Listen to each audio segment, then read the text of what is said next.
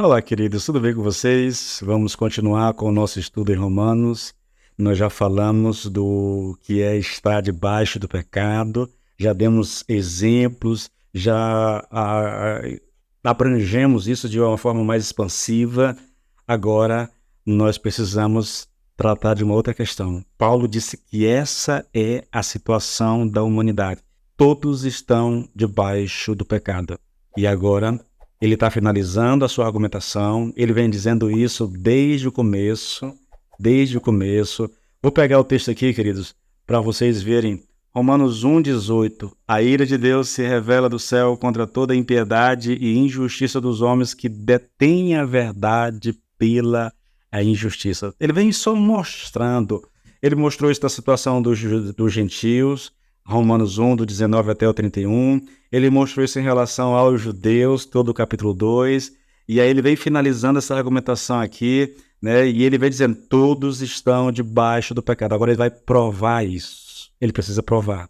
Desde quando ele começou lá no versículo 19, ele precisa provar o que vem dizendo. Como é que Paulo faz isso, querido? Eu chamo a sua atenção agora para os versículos 10, 11, 12. Vamos ler isso aqui. Eu só vou ler até o 12, mas há todo um texto. Até o 19, até o 18, Paulo está tratando disso, tá bom? Mas eu vou lidar com o texto à medida que eu for expondo o texto. Mas vamos pegar aqui os versículos 10, 11 e 12.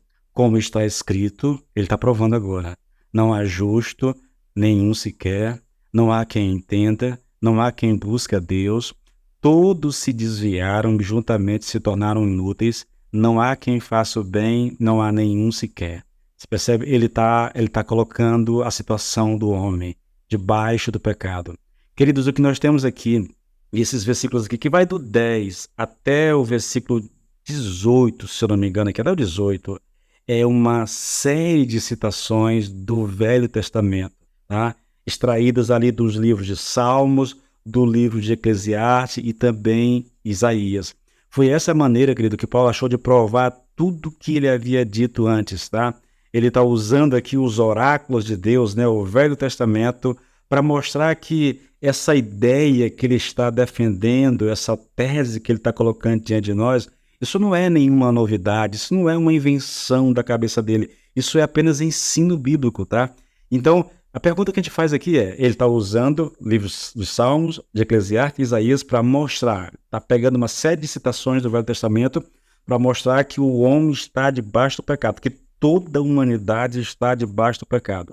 A pergunta que a gente faz é, teria sido a escolha desses versículos que ele faz aqui, de Salmos, de Isaías, de Eclesiastes, teria sido essa escolha de versículos feita aleatoriamente ou foi planejada de maneira cuidadosa? Se você observar a estrutura, querido, fica fácil concluir que Paulo ele elaborou muito bem o seu argumento, ele procurou colocar os versículos numa ordem muito bem elaborada, planejada para transmitir uma mensagem. Em primeiro lugar, nós temos aqui, querido, uma descrição e uma avaliação geral do homem pecado. Isso abrange os versículos 10 e 11. Depois, em segundo lugar, ele tá fazendo uma abordagem geral a respeito da condição do homem. No versículo, na segunda parte, né, ele traz uma avaliação das manifestações do pecado, ou seja, as atitudes e o comportamento do homem pecado. Primeiro, uma abordagem geral do estado do homem, depois as atitudes e o comportamento desse homem. Por último, ele explica o porquê o homem é assim. E a resposta de Paulo é, porque não há temor de Deus no coração desse homem. É a resposta de Paulo. Ele organizou, ele sistematizou a ordem para que ficasse muito claro aquilo que ele estava querendo fazer. Ele está mostrando o estado geral do coração do homem, depois ele se refere às atitudes do coração desse homem debaixo do pecado, e depois por que ele está agindo como está agindo. Tá? Foi assim que Paulo estruturou. Aí eu cito aqui Nicodemos, porque ele diz que os versículos 10 a 12, esses versículos falam do pecado em relação a Deus, e a consequência do pecado contra Deus é o pecado contra o seu semelhante. É simples.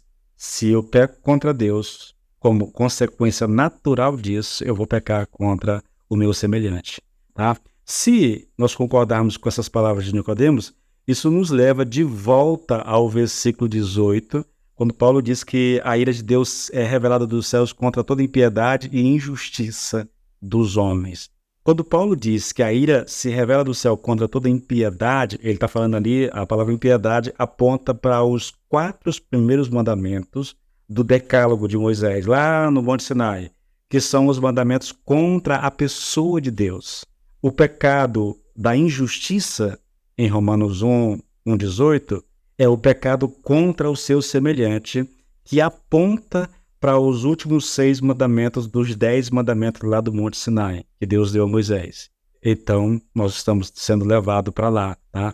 É um pecado contra Deus, e o pecar contra Deus me leva a pecar contra o meu semelhante. E é lógico, né? O próprio Lloyd Jones vai dizer que essa seção aqui, ela é uma descrição da impiedade e injustiça citada também lá por Paulo, lá no versículo 18 do capítulo 1. Ou seja, tudo está apontando para onde ele começou. Como ele está concluindo o seu argumento, ele nos leva de volta para onde ele começou. É muito bem elaborado, querido, é muito bem elaborado. Eu queria convidar você a pensar sobre isso. Nós pensamos muito em pecados. A gente gosta disso, né? O fulano mentiu. A pessoa matou. A pessoa roubou. A pessoa fez isso. A pessoa fez aquilo. Tá.